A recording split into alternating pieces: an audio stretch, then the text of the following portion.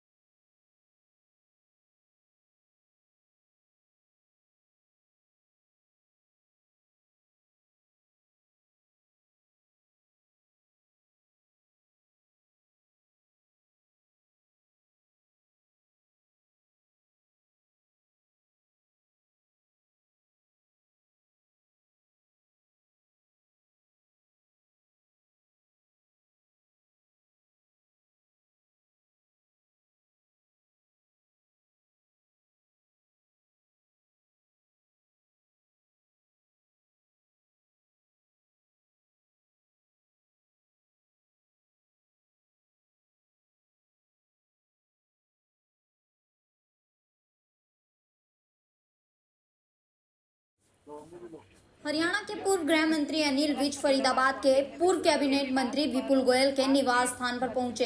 इस दौरान उन्होंने मीडिया कर्मियों के सवालों का जवाब देते हुए कांग्रेस पर निशाना साधा। उन्होंने कहा कि इंदिरा गांधी के वंशजों को संविधान की किताब उठाने की हिम्मत नहीं करनी चाहिए।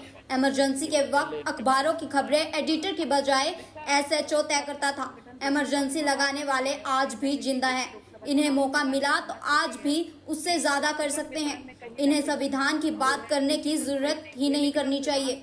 वहीं उन्होंने हुड्डा के 60 सीटों के जीतने का दावा करने के बयान के संबंध में पूछे गए सवाल के जवाब में मजाकिया अंदाज में कहा कि ये सर्वे उनके घर का हो सकता है। उन्होंने कहा कि हरियाणा में कांग्रेस के समय सबसे ज्यादा क्राइम था और मैंने विधानसभा में फैक्टर्स के साथ बताया था। कांग्रेस द्वारा 60 पार का नारा देने पर उन्होंने कहा कि ये नारा होना ही नहीं चाहिए। हमने भी 70 पार का नारा दिया था, लेकिन 40 पर सिमट गए थे। चलिए आपको सुनाते हैं और क्या कुछ बोले पूर्व गृह मंत्री अनिल विज।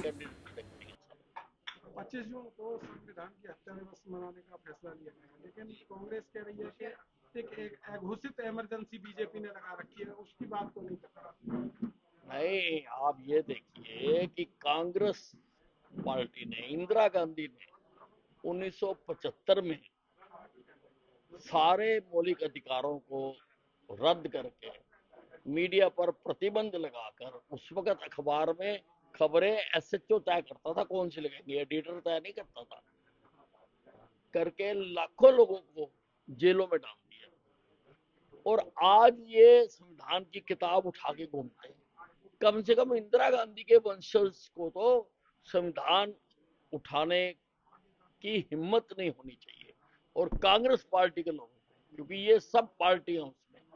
और मैं एक बात और कहता हूं कि इनके इमरजेंसी लगाने वाले जो बीज हैं, इनके खत्म नहीं हुए हैं, आज भी जिंदा है, सिर्फ मौके की तलाश में है कि अगर इनको कभी मौका मिला तो ये दोबारा उससे भी ज्यादा कर सकते हैं। धारा 356 का कितना दुरुपयोग हुआ, कांग्रेस के राज में हुआ था। तो इनको संविधान की तो बात करने की इनकी जरूरत नहीं होनी चाहिए। भूपेंद्र सिंह हुड्डा कह रहे हैं कि एक एजेंसी का सर्वे है कि हरियाणा सबसे असुरक्षित प्रदेश है। नहीं, वो एजेंसी हुड्डा साहब के घर की बनी हुई होगी। अपने समय का तो बताएं क्या हाल था। मैंने इस बार के सेशन में कंपेयर करके बताया कि भारतीय जनता पार्टी के शासनकाल में और हुड्डा के शासनकाल में जो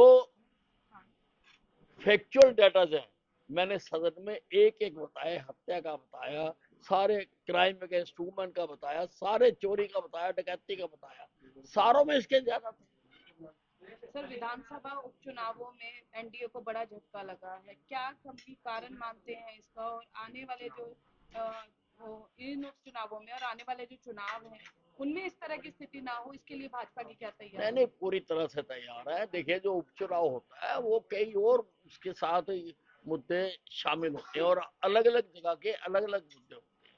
अब ये जो चुनाव होने जा रहे हैं तो प्रदेश का चुनाव हुआ है और हरियाणा में तीसरी बार डंके की चोट पर भारतीय जनता पार्टी सरकार बनाई। सर, अमित शाह जी हरियाणा दौरे पर आ रहे हैं और किस तरीके की तैयारियां हैं सर विधानसभा चुनाव को ये पूरी तैयारियां हैं, पूरा उनका स्वागत किया जाएगा और बहुत बड़ी संख्या में लोग इकट्ठे होंगे। 60 पार का दावा कर रहे हैं कांग्रेस, 60 पार का। देखिए, ये जो पार वाला नारा ना, ये नारा ठीक नहीं है। मानते हैं तो ये ठीक नहीं है। हमने भी 70 पार का लगाया था, हम 40 पे रह गए और ये तो उससे भी नीचे